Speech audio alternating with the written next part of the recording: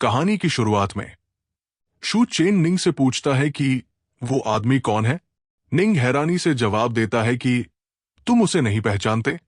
फिर वो बताता है कि उस व्यक्ति का नाम चेन वेनबिन है, 8 महान विद्वानों में से एक और शाही परीक्षा के डिप्टी एग्जामिनर। तकनीकी रूप से देखा जाए तो वहां मौजूद सभी छात्र उसके शिष्य माने जा सकते। शू चेन मन ही मन सोचता है कि अब कोई उसे इस परीक्षा में अपनी जगह पाने से नहीं रोक सकता। तभी सिटी लॉर्ड आवाज सबको शांत रहने के लिए कहती है और बताती है कि उन्हें वहां एकत्रित करने का कारण पश्चिमी हिस्से में 1000 क्लाउड लेक के आसपास फैले राक्षसी संकट को लेकर है। राज दरबार ने स्वयं चेन वेनबिन को वहां के महान राक्षस को काबू में करने के लिए भेजा है। बताया जाता है कि chain Wenbin heart nurturing realm का मास्टर है और उसकी मौजूदगी में राक्षस को पकड़ना मुश्किल नहीं होगा। लेकिन लेक का इलाका राक्षसों का अड्डा है, इसलिए सबकी मदद की जरूरत होगी। यह मिशन एक मूल्यांकन की तरह भी होगा। जो अच्छा प्रदर्शन करेगा उसे शाही परीक्षा में जगह मिलेगी। इसी बीच हुआ जिहाओ जलन से सोचता है कि अगर शू चेन कविता में अच्छा है तो क्या हुआ, अब असली मुकाबला होगा। वो अपने अंदर की घृणा को दबाते हुए तय करता है कि इस बार वो शू चेन को पीछे छोड़कर दिखाएगा और सबको दिखाएगा कि असली प्रतिभा किसमें है। उसे लगता है ये उसकी आखिरी और सबसे अहम मौका है। निंग यूएर के बारे में सोचकर खुद को साबित करने का इरादा जताता है और सोचता है कि अब शहर के सबसे होशियार स्कॉलर का नाम सब जानेंगे। दूसरी तरफ शू चेन मन ही मन तय करता है कि इस मिशन में उसे बहुत सतर्क रहना होगा और अपनी सारी ताकत का खुलासा नहीं करना चाहिए। लेकिन शाही परीक्षा की सीट उसे किसी भी हाल में चाहिए। वहां मौजूद कुछ लोग शू चेन को देखकर आपस में बात करते हैं कि यह स्कॉलर बाहर से शांत लग रहा है, पर समझ नहीं आ रहा कि यह सब दिखावा है या हकीकत। दृश्य बदलता है। लिन वानक्यू बूढ़ी औरत झांग से पूछती है कि क्या सब तैयार है। वो जवाब देती है कि हाँ मालिक, सब कुछ तैयार है। फिर वो झांग बताती है कि 1000 क्लाउड लेक का जो राक्षस है वो असल में एक मामूली दैत्य है जिसे उसने कभी बचाया था और अब वो उसी के बुलावे का इंतजार कर रहा है। वो सब इस बार किसी भी गलती की गुंजाइश नहीं रखना चाहते। इधर पास खड़ा शू डोंग चुपचाप सोचता है कि ये दोनों क्या बात कर रहे हैं। उसे कुछ भी सुनाई नहीं देता। लिन शुडोंग से पूछती है कि वो कोने में क्या कर रहा है। वो कहता है कि मौसम अच्छा है और वो बाहर खेलने जा रहा है। लेकिन महिला उसे कहती है कि कल ही खेल लिया था, अब पढ़ाई करनी चाहिए। बच्चा थोड़ी नाखुशी के साथ मान जाता है। महिला सोचती है कि ये बच्चा सामान्य बच्चों से ज्यादा समझदार है, लेकिन फिर खुद को याद दिलाती है कि वो अभी भी बच्चा ही है। अंत में वानक्यू ये तय करती है कि अब समय आ गया है 1000 क्लाउड लेक पर जाने का, और जाते जाते सोचती है कि उसे लौटकर अपने पति के लिए खाना भी बनाना है। शियाओ डोंग, जो खुद को सम्राट कहता है और लिन वानक्यू की रहस्यमयी शक्ति से चकित है, जो उसकी सर्वोच्च दोहरी पुतलियों को भी चुनौती देती है। वो अनुमान लगाता है कि जू चेन लिन वानक्यू की असली राक्षसी पहचान से अनजान उसकी मंशाओं को नहीं भांप पाया है, जबकि लिन वानक्यू भी जू चेन की रहस्यमय विशेषज्ञ की छद्म वेशभूषा को नहीं देख पाई है। दोनों की छिपी पहचानों से उत्साहित शियाओ डोंग 1000 क्लाउड झील में एक बड़े अवसर की संभावना देखता है, जहां जू चेन और लिन वानक्यू दोनों जा रहे हैं और वह राक्षसवध प्रतियोगिता में कुछ बड़ा होने की उम्मीद करता है। 1000 क्लाउड झील पर, जो धुंध के पर्दे में छिपा एक खतरनाक स्थान है, निंग यू जू चेन को एक रहस्यमय राक्षस के बारे में चेतावनी देता है। न तो बाघ, नहीं ड्रैगन, बल्कि कुछ बीच का, जो पृथ्वी सूची अर्थली लिस्ट में 27वें स्थान पर है। इस राक्षस ने 2 फाउंडेशन स्थापना स्तर के साधकों, 3 विद्वानों और 37 आम लोगों को मार डाला है। इसकी कुख्याति ने 8 महान कन्फ्यूशन विद्वानों में से एक चेन वेनबिन को शाही परीक्षा की राक्षसवध चुनौती की निगरानी के लिए आकर्षित किया है। पृथ्वी सूची, जो 4 स्तरीय राक्षस रैंकिंग प्रणाली heavenly, earthly, mystical and yellow का हिस्सा है, खतरे की गंभीरता को रेखांकित करती है, क्योंकि राक्षस इस झील की ओर आकर्षित हो रहे हैं, जिससे ये एक अराजक युद्ध क्षेत्र बन गया है। चेन वनबिन एक राक्षसी आभा को भांप लेता है और एक राक्षस सैनिक को, जो उसकी जासूसी कर रहा था, तुरंत नष्ट कर देता है। वो अपनी हृदय पोषण क्षेत्र, हार्ट नर्चरिंग रियल्म की साहित्यिक ऊर्जा का प्रदर्शन करता है, जो शब्द बनाती है और राक्षसी ऊर्जा को आसानी से मिटा देती है। वो बताता है कि ये क्षेत्र प्रथम रैंक साहित्यिक महल के बाद आता है, जो इसे अविनाशी बनाता है। पृथ्वी सूची के राक्षस को खुद संभालने का जिम्मा लेते हुए चेन विद्वानों को जोड़े बनाकर छोटे राक्षसों को नष्ट करने का आदेश देता है और खतरे में पड़ने पर साहित्यिक ऊर्जा को सिर के ऊपर इकट्ठा करने का संकेत देने को कहता है। निंग यू जहरीले सांपों की चेतावनी देता है, जो विद्वानों को निशाना बनाते हैं, और हु झाओ जो चेन की कविता आत्मा को बोझ मानकर उससे अलग हो जाता है। जू चेन अकेले आगे बढ़ता है, इसे अपने लिए फायदेमंद मानते हुए। 1000 क्लाउड्स लेक पर जू चेन अपनी साहित्यिक और साधना शक्तियों को बढ़ाने के बारे में सोच में डूबा हुआ है। वो देखता है कि उसका साहित्यिक पैलेस तीसरे दर्जे पर पहुंच गया है, लेकिन उसे पहले दर्जे या यहां तक कि हार्ट नर्चरिंग दायरे तक भी जल्दी पहुंचना होगा। साथ ही उसकी साधना लंबे समय से रुकी हुई है और उसे गोल्डन कोर दायरे तक पहुंचने के लिए शक्तिशाली हेवनली और अर्थली खजानों की जरूरत है, अन्यथा उसे दशकों तक साधना करनी होगी। इस बीच एक जहरीला सांप दानव, जो अभी तक दानव सैनिक दायरे तक भी नहीं पहुंचा है, जू चेन को एक कमजोर विद्वान समझ लेता है और उसका सार चूसने की योजना बनाता है। उसे लगता है कि सामान्य साधकों को हराना मुश्किल हो सकता है, लेकिन ये कमजोर विद्वान उसके लिए सिर्फ भट्ठिया है। सांप चुपके से आता है, लेकिन जू चेन की तेज प्रतिक्रिया उसे चौंका देती है।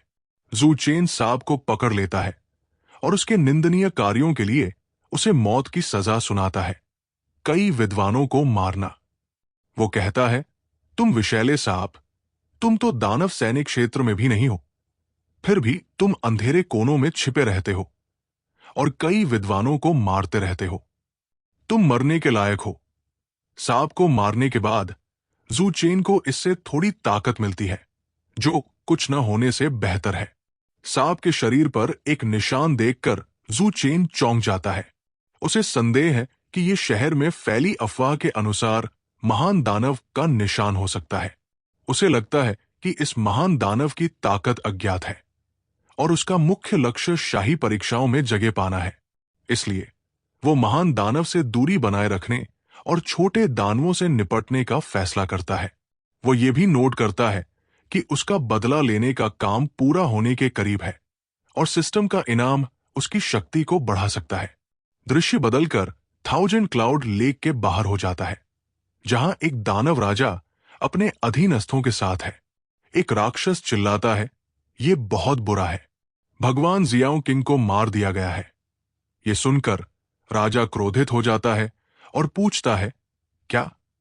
अधीनस्थ उसे बताता है कि भगवान जियाओ किंग, सांप दानव, मारा गया था। राजा क्लाउड पर्ल के लिए पूछता है, जो उसे घटना को देखने की अनुमति देता है। क्लाउड पर्ल जू चेन की एक छवि दिखाता है, जिसे देखकर राजा गुस्से में दोहराता है, कितना साहसी विद्वान, कितना साहसी विद्वान। वो अपने अधीनस्थों को ताना मारता है क्योंकि वे उछल कूद करते हैं और गुस्से में एक ही बात दोहराते हैं। राजा एक महत्वपूर्ण व्यक्ति के आगमन की बात करता है, जिसके लिए रहस्यमय प्रिमोडियल जल तैयार किया जाना चाहिए। वो आदेश देता है, आज एक महत्वपूर्ण व्यक्ति आ रहा है, सुनिश्चित करें कि उसके पास रहस्यमय प्रिमोडियल जल तैयार है। वो अपने अधीनस्थों को उस आदमी को नजरअंदाज न करने की चेतावनी देता है और जू चेन को मारने के लिए निकल पड़ता है। अधीनस्थ भ्रमित है और सोचते हैं, महत्वपूर्ण व्यक्ति? कौन सा महत्वपूर्ण व्यक्ति? क्या आपके महामहिम से भी अधिक महत्वपूर्ण कोई है? इस बीच शियो डोंग जंगल में भटक रहा है और एक समृद्ध आभा को महसूस करता है, जिसे वो एक शुभ स्थान मानता है। अचानक उसे रहस्यमय प्रिमोडियल जल की आभा का पता चलता है। वो नोट करता है, रहस्यमय प्रिमोर्डियल जल दुनिया का सबसे शुद्ध जल है, लेकिन अत्यधिक शुद्धता परम विष है। ये साधकों के लिए एक दुर्लभ खजाना है, लेकिन ये गोल्डन कोर साधक को भी विकटित कर सकता है। शियो डोंग सोचता है कि अगर वह इसे प्राप्त कर सकता है तो उसकी साधना एक बड़ी छलांग लगा सकती है। हु झाओ, जिसे यंग मास्टर हुओ के नाम से जाना जाता है, अपने दादा के खजाने की रक्षा में आत्मविश्वास से भरा हुआ है। वो छोटे राक्षसों को तुच्छ मानता है और शाही परीक्षा में स्थान हासिल करने की महत्वाकांक्षा रखता है। उसके अनुयायी उसकी प्रशंसा करते हैं, कहते हैं, यंग मास्टर हुओ से जैसी उम्मीद थी। वो एक विद्वान है जो राक्षसों का दमन करता है। वो उस कढ़ाई वाले तकिए जू चेन से कहीं बेहतर है। यंग मास्टर हुओ शक्तिशाली है। वे उसे समर्थन देने का वादा करते हैं और हु झाओ जवाब देता है, चिंता मत करो, जब तक मुझे ये शाही परीक्षा स्थान मिलता रहेगा तब तक तुम सभी को लाभ का उचित हिस्सा मिलेगा। यंग मास्टर हुओ का अनुसरण करने का मतलब है अच्छा जीवन जीना। आज रात का मनोरंजन यंग मास्टर हुओ पर है। उसकी उदारता और अहंकार माहौल को हल्का करते हैं, लेकिन जल्द ही एक राक्षसी आभास सबको चौंका देती है। अचानक एक पक्षी राक्षस प्रकट होता है और हु झाओ के अनुयायी चिल्लाते हैं, ये पक्षी राक्षस कहां से आया? क्या ये जीना नहीं चाहता? एक साधारण पक्षी राक्षस इतनी अहंकारी हरकतें करने की हिम्मत कैसे कर सकता है? हु झाओ आत्मविश्वास से कहता है, डरो मत सब लोग, मुझे राक्षस को भगाते हुए देखो। युवा मास्टर हुओ शक्तिशाली और दबंग है। वो अपने दादा के खजाने का उपयोग करके पक्षी राक्षस को नष्ट करने की कोशिश करता है, लेकिन उसका खजाना आसानी से टूट जाता है। वो हैरान होकर सोचता है, मेरा खजाना इतनी आसानी से कैसे टूट सकता है? इतनी शक्तिशाली राक्षसी आभा, क्या ये हो सकता है? तभी एक भयानक सत्य सामने आता है। ये कोई साधारण राक्षस नहीं, बल्कि एक ग्रेट डेमन है। विद्वान घबरा जाते हैं, चिल्लाते हैं, ये बहुत बड़ा राक्षस है, हम बर्बाद हो गए। ग्रेट डेमन, जो 1000 क्लाउड लेक का शासक प्रतीत होता है, क्रोध में गरजता है, वो विद्वान कहा है जिसने मेरी 81वीं उपपत्नी को मार डाला? उसकी आवाज इतनी भयावह है कि विद्वान कांप उठते हैं। सोचते हैं, इतनी मजबूत उपस्थिति, मैं कांप रहा हूं। वो क्या कह रहा है? राक्षस की नजर हु झाओ और उसके साथियों पर पड़ती है और वो कहता है, मुझे उस बच्चे को ढूंढना होगा। पहले मैं इसकी कीमत तुम्हारी जान देकर चुकाऊंगा। उसका हमला इतना प्रचंड है कि विद्वान भागने लगते हैं, चिल्लाते हुए, ये महान राक्षस बहुत क्रूर है, भागो भागो। लेकिन हु झाओ तेजी से भाग निकलता है, जबकि बाकी विद्वान अभी भी स्तब्ध है। एक लड़का प्रश्न पूछता है, यंग मास्टर हुओ कहाँ है? शियो डोंग सोचता है, वो बच्चा तेज दौड़ता है।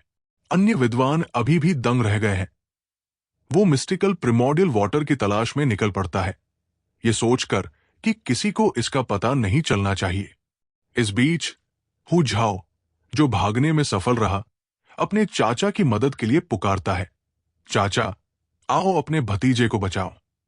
चेन वन बिन 8 महान कन्फ्यूशन विद्वानों में से एक 1000 क्लाउड लेक के एक अलग हिस्से में अर्थली लिस्ट के राक्षस को मारने की योजना बना रहा है। वो मन ही मन सोचता है, इस अर्थली लिस्ट के राक्षस को मारकर अपार सौभाग्य प्राप्त किया जा सकता है। इस बार मैं स्वयं इसे मार गिराऊंगा।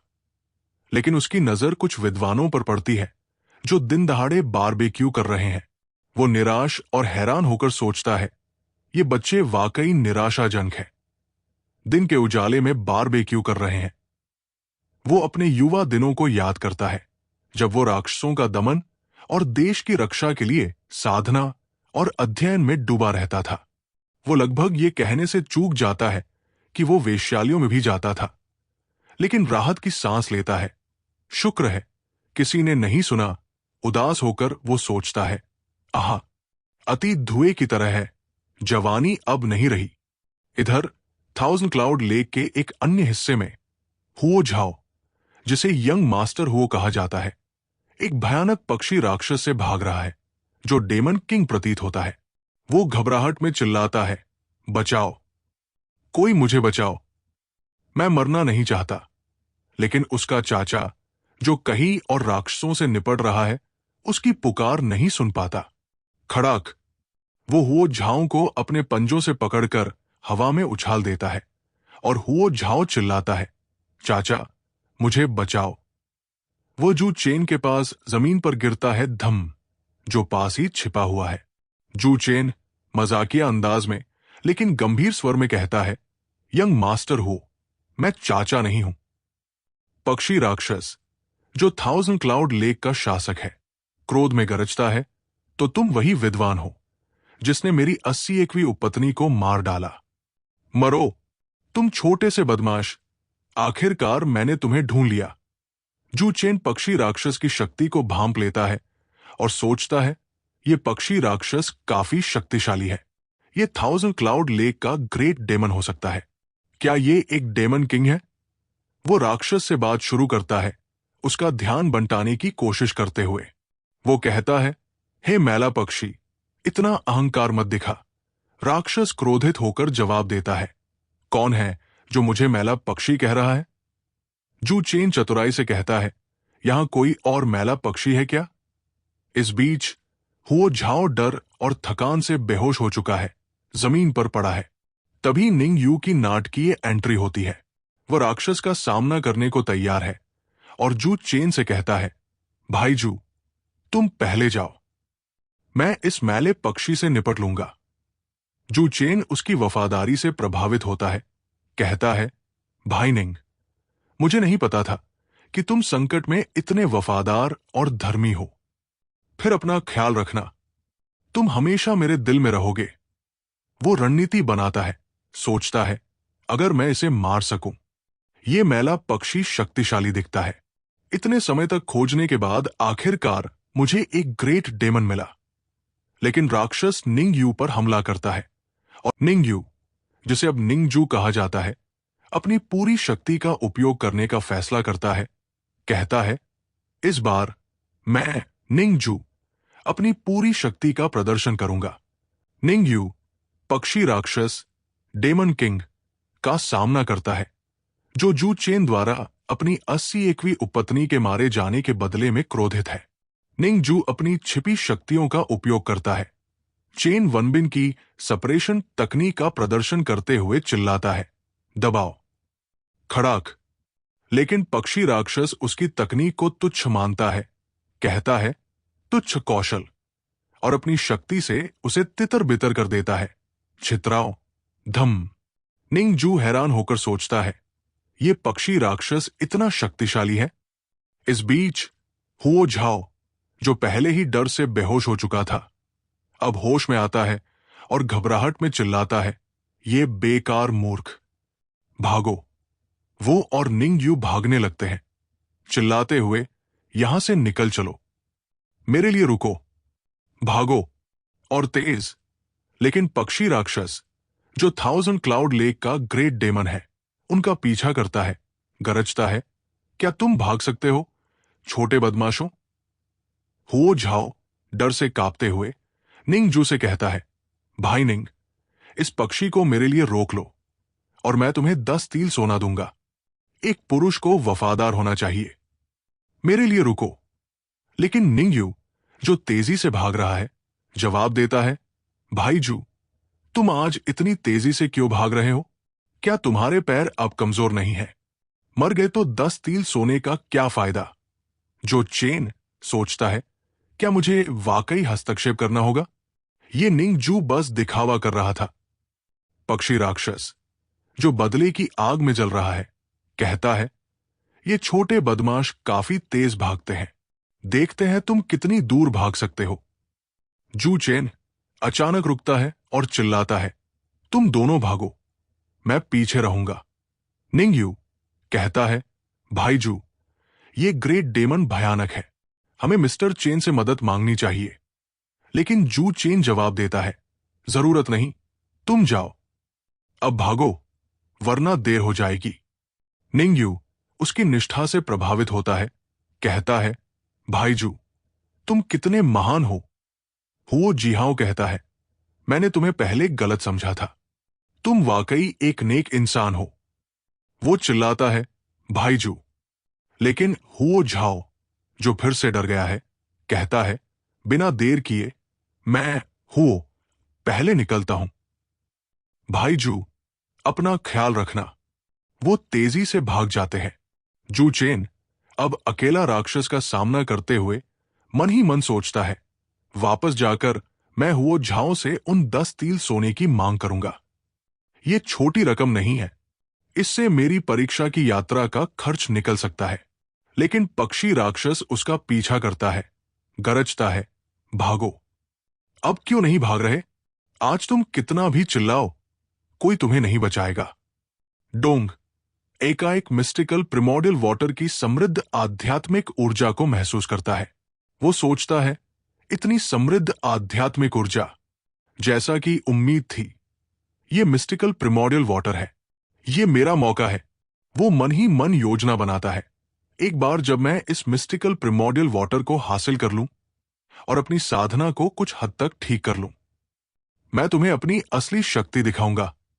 वो देखता है कि पक्षी राक्षस अचानक गायब हो गया है और सोचता है, ये पक्षी चला गया, ये सही मौका है।